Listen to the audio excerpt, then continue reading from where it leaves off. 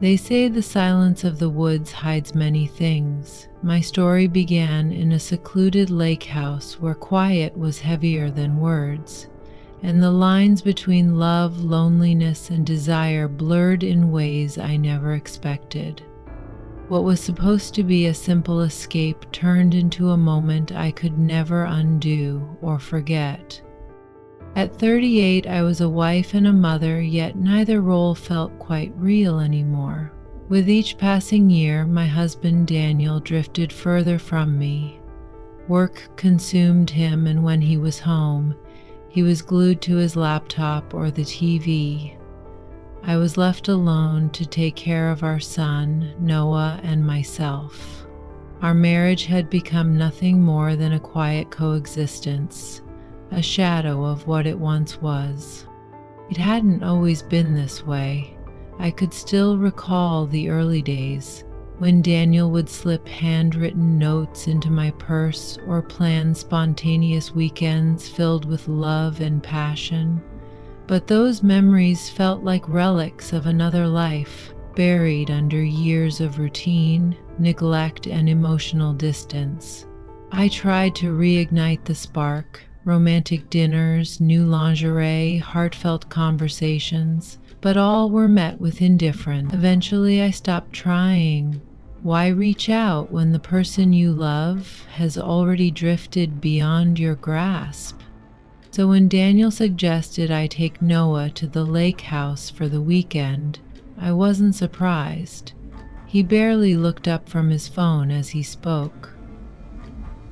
"You two should spend some time together," he said, his voice detached.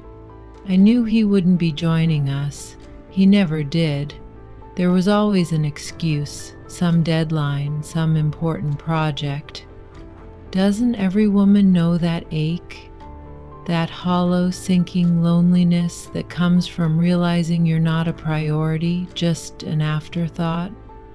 Still, I agreed. Maybe I was too exhausted to argue.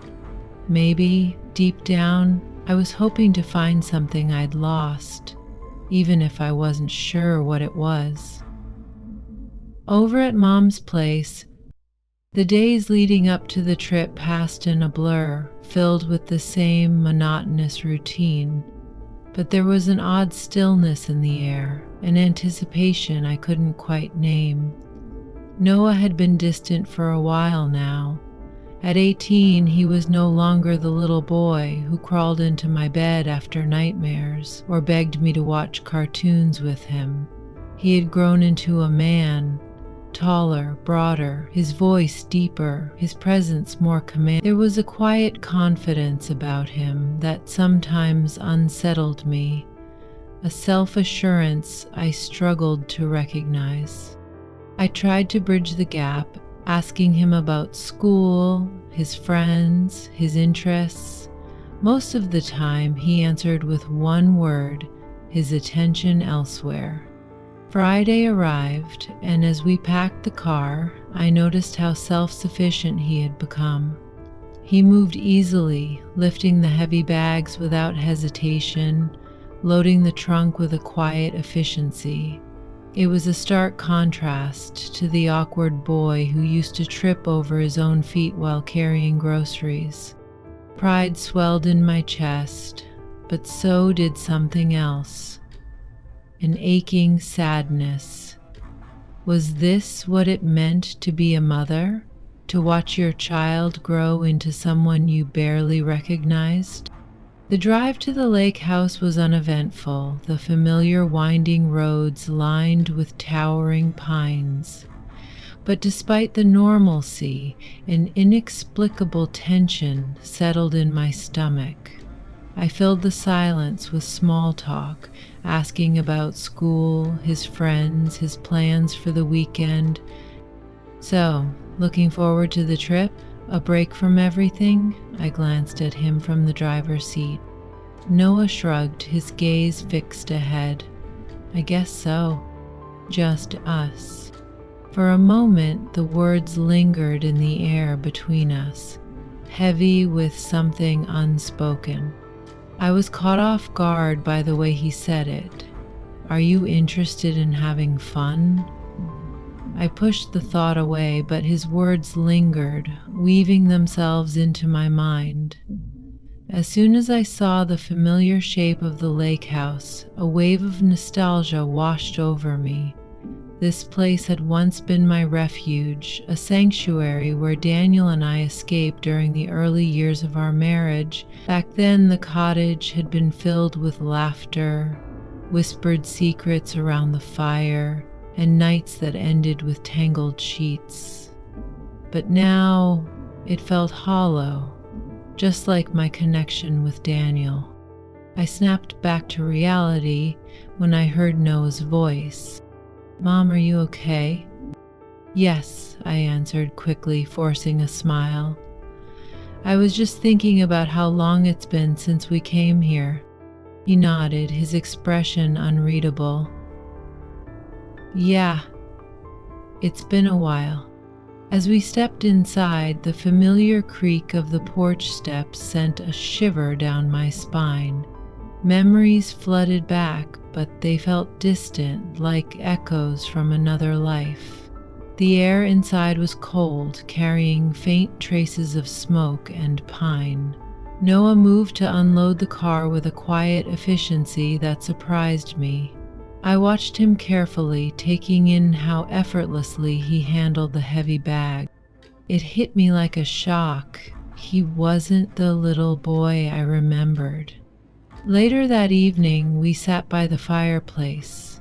The flames cast flickering shadows across the walls, making the room feel even smaller, more intimate.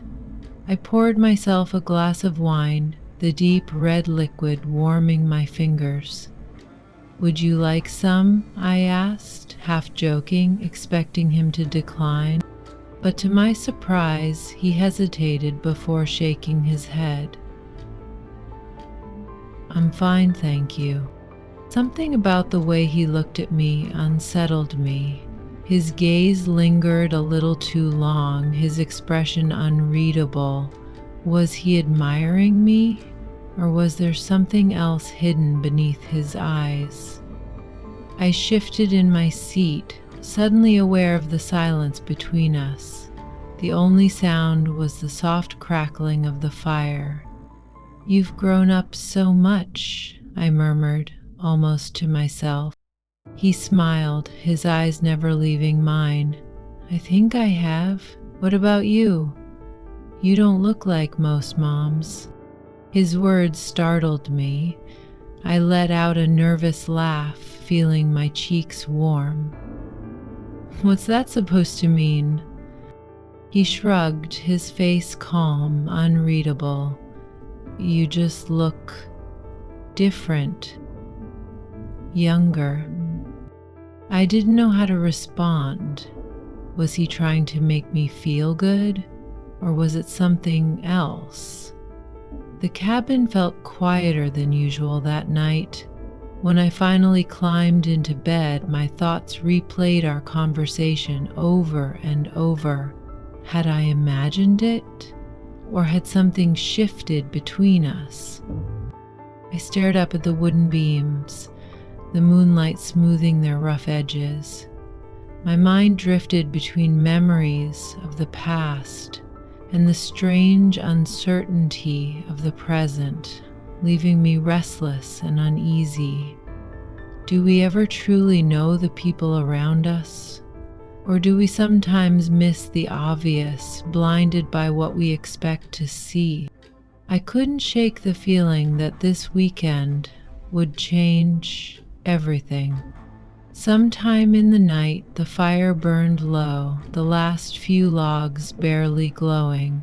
I ventured outside into the biting cold to grab more wood. The icy air stung my skin as I lifted the heavy logs, my arms straining under their weight. By the time I carried them back inside, a dull ache settled into my neck and shoulders. I stood for a moment, rubbing the sore muscles, feeling the exhaustion deep in my bone. "Mom, you look like you're hurting. Let me help." Noah's voice was deeper, steadier than before. I turned to see him standing there, his presence somehow larger in the dim firelight. For a moment I hesitated, my breath catching in my throat. It was strange how quickly he had grown, how he had changed into the man now standing in front of me, offering his hands in a house where we were the only two people for miles. I didn't trust my own voice, so I nodded. The old creaky couch made me turn away from him and lift my hair so he could reach my neck when he first touched me. It was soft. The way he carefully smoothed out the knots made my heart want what was missing in my life. Then he kept touching her with slow, deliberate strokes that felt too close to be a massage. I should have told him to stop when I felt the warmth of his breath on my neck and saw that his breathing had changed a little. I should have said something. I didn't, though I was dying to be touched, to feel like I was still attractive and wanted. And Noah, my son, was giving me something that my partner hadn't done in years. As he lowered his hands, I felt a rush of heat through my body. It was a mix of shame and desire. He ran his fingers along the area between my shoulder blades, and I arched a little to feel his touch because I wanted more. Was it wrong for me to feel this way about my son? Was I so lonely that it turned my wants into something that I couldn't have? Does that feel better? His voice was low, almost like a whisper, as if he could feel the line we were walking. I was able to say yes, thank you, with a little break. I meant to end it there and be done with it, but I didn't. I was unable to. Later that night, the house was so quiet that only the wind outside could be heard while I was looking for more wood. I couldn't take my mind off of Noah's touch, and I tripped and fell on the ice. It was cold and painful when I fell because I slipped. Noah was there right away. He grabbed me by the arms and pulled me back into the warmth of the house. "Mom, you're hurt." His care was clear. He ran his hands over my body to make sure. I wasn't hurt when he touched my bruised leg from the fall.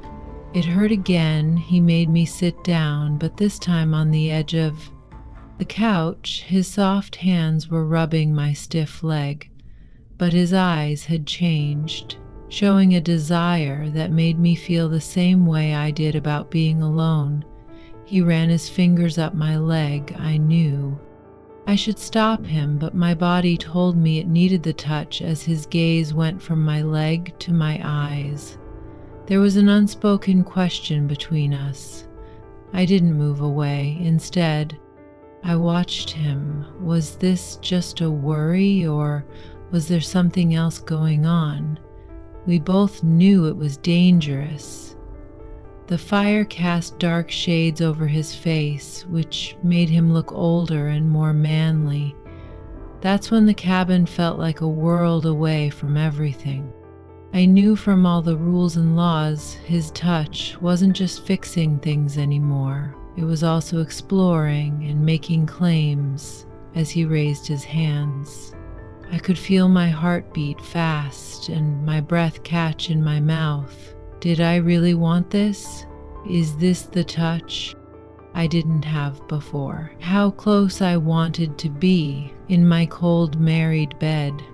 The cabin was our little world, and we weren't just a mom and her kid. We were two lonely people who were drawn together by a strong need to be close and warm with each touch of his hands. The lines between us became less clear until I realized I was leaning into him and my body was reacting in strange ways to his touch. Have you ever been so desperate to connect with other people you want love? So, have you ever done something wrong?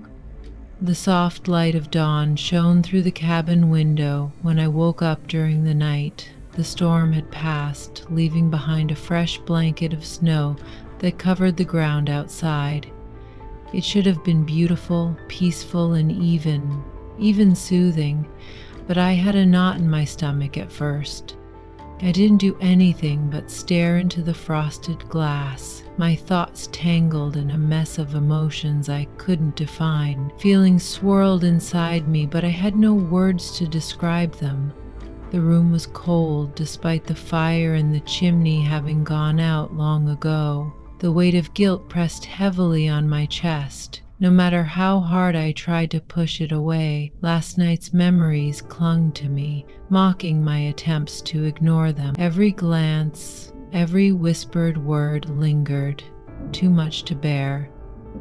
And yet, even with all that, there was still not enough clarity to make sense of it all.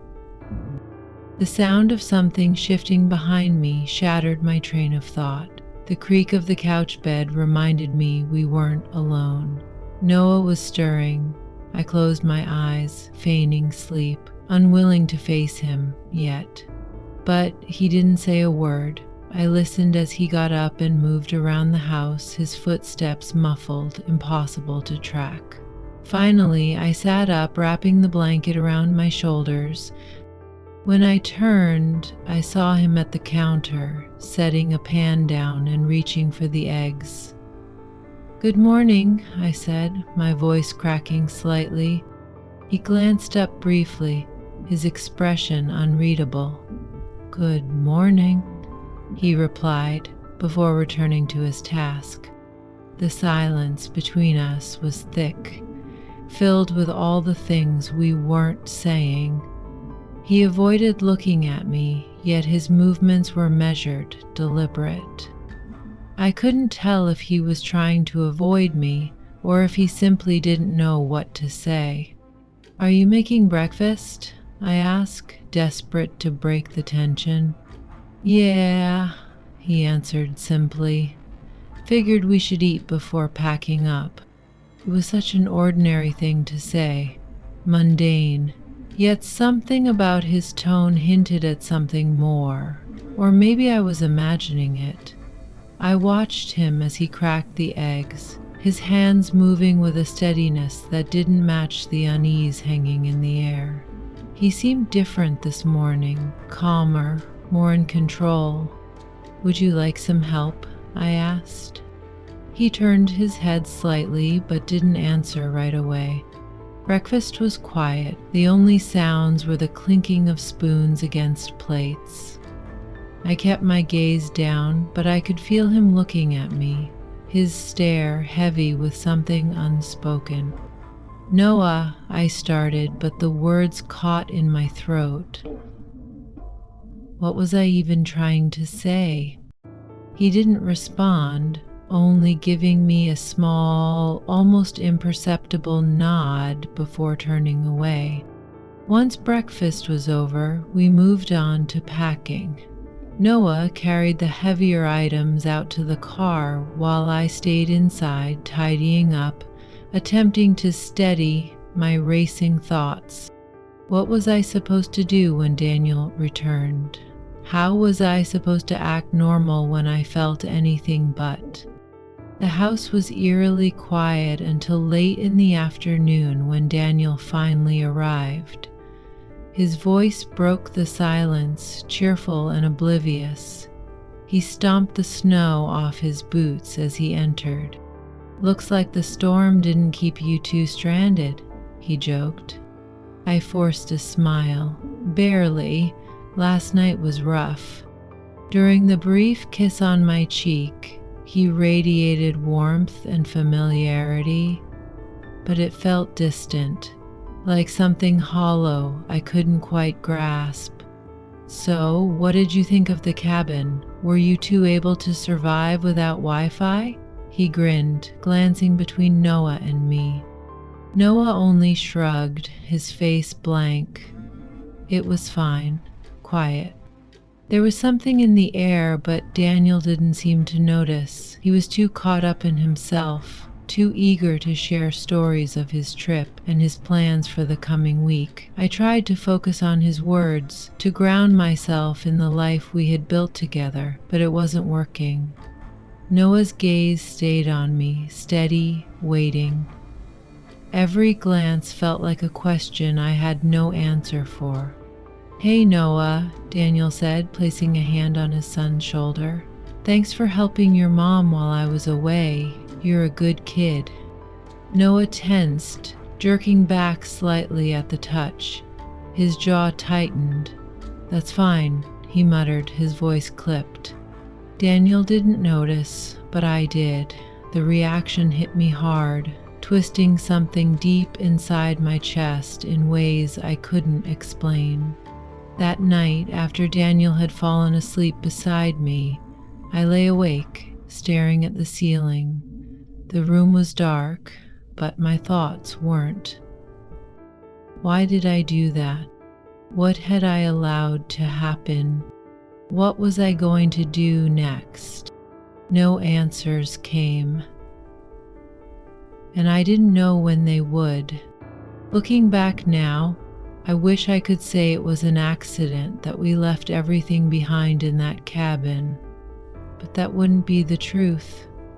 That weekend changed everything, and I've been dealing with the consequences ever since. I need to know, have you ever felt trapped by your own impulses? Have you ever looked at someone you shouldn't have and thought, what if? Maybe your reaction can help me figure out how to escape this mess we're in.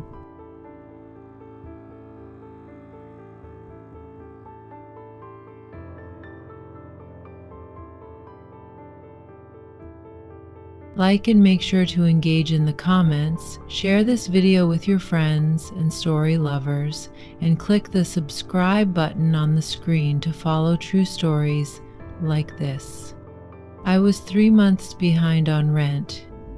Every time I saw his name pop up on my phone, my stomach clenched. Mr. Davidson, my landlord. I had never been late before, but things had gotten tight and now I was in trouble. When I first moved into the building, I barely noticed him. He was polite, professional, maybe a little too serious. But over the last few months, something had changed. Every interaction felt charged. The way he looked at me lingered a second too long. The way his voice softened when he spoke my name. I told myself I was imagining it, but deep down, I wasn't so sure. That evening, I heard a knock at my door. I didn't need to check. I knew it was him. I hesitated, but ignoring him wasn't an option. I opened the door slowly. "Hey," I said, forcing a tight smile. He leaned against the door frame, arms crossed. "Evening, Rachel." There it was again, that quiet, measured way he said my name. I know I owe you," I started. "I just need a little more time." He exhaled through his nose, nodding slowly. "You've been saying that for weeks." I swallowed hard. "I know, I'm trying." His eyes flickered over me, not in a way that felt overtly inappropriate, but enough to make my skin prickle. I was just wearing a tank top and shorts, nothing special, but suddenly I felt seen.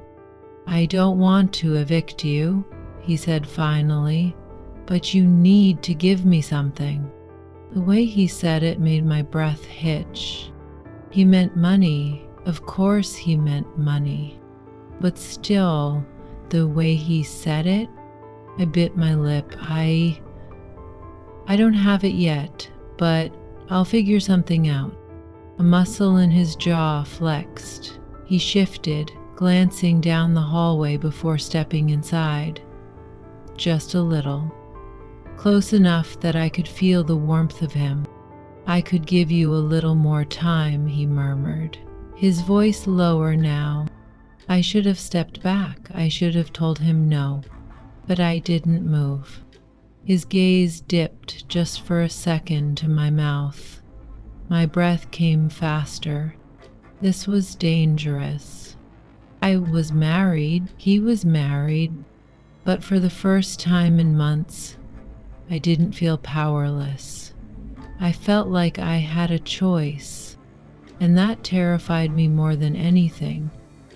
He didn't move away. The air between us seemed to thicken, and I could feel my pulse quicken. It was a mix of anticipation and anxiety, like standing on the edge of something I couldn't see, but knew would change everything if I took one more step. I couldn't read him anymore. Not completely. "You sure you don't want me to help?" he asked, his voice low, a little too intimate for a conversation about rent. His eyes weren't on my face anymore. They were fixed on the space between us. What do you mean, help?" I was stalling. The words came out in a rush, but I didn't know if I wanted to hear his answer. I felt heat creeping up my neck, spreading across my chest. He leaned closer, just enough that I could smell the faint scent of his cologne, something earthy, a little spicy, something I hadn't noticed before but now felt overwhelming. "I could help you," he said, almost a whisper. His hand was resting casually on the door frame, but it was too close to my arm. Just an inch, but the proximity felt like miles. I should have said no. I should have shut the door in his face and gone back to my kitchen where I could breathe again. But something inside me kept me rooted to the spot, unable to escape the pull between us. I'm not sure what you mean," I stammered, my voice thin and uncertain. He moved even closer, so close that his breath brushed against my skin, and in that moment, I felt an unmistakable shift in the air. It was as if time itself had slowed, and suddenly I realized I had made a terrible mistake by opening that door. "Rachel," he said. My name, but different this time. There was something behind it, something that made my stomach flip. It wasn't just his landlord's voice anymore. It was the voice of someone who knew me in ways I wasn't ready to admit. The kind of voice that lingered, wrapping itself around me, making it hard to breathe. "I don't want you to be in a tough spot," he continued, his eyes holding mine with an intensity that made it impossible to think straight. "But I can't keep giving you time without any kind of assurance." There it was again, assurance. He wasn't talking about rent anymore. He was talking about something else, something I didn't want to think about, but couldn't stop myself from considering. His hand shifted almost absent-mindedly, brushing against my arm. It was barely a touch, but it sent a jolt through me. I pulled back, but my feet felt like they were cemented to the floor. "I know I'm behind," I whispered, my voice betraying me. "I know. I just need more time." But he wasn't listening to me anymore. His eyes had dropped to my lips. And suddenly, everything felt much too real. I couldn't stop the thought from forming, warning me, tempting me. What if I just kissed him? What if I let myself give in to that gnawing feeling in my chest? No, I couldn't. I was married. He was married. This was insane. I took a step back, but he didn't move away. Instead, he reached out, his hand hovering just in front of my face. It wasn't a touch, not yet, but it was close enough that I could feel the heat radiating from his palm, like he was waiting for me to make the decision for both of us. "Rachel," he said again, and this time his voice had dropped even lower, softer, like a whisper meant only for me. "I'm not asking for anything you don't want." My heart pounded so loudly I thought it might burst. I wanted to look away, to move, to run, but I couldn't.